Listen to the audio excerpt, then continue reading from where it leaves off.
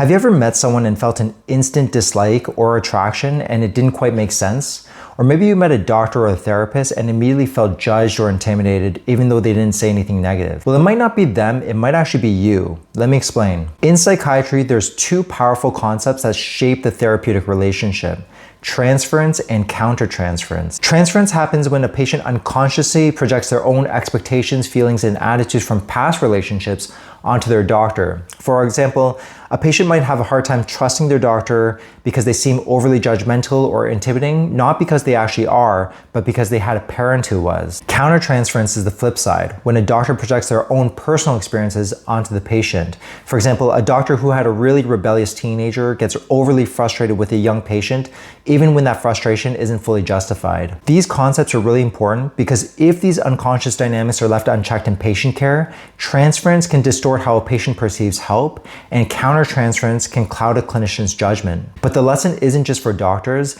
These dynamics play out in everyday life too. So at work, your boss might remind you of a strict teacher that you had in your childhood, and you might react with the same defensiveness that you felt as a student. In relationships, that instant like or dislike that you feel for someone that you just met might be your reaction to old patterns rather than the person that's actually standing in front of you.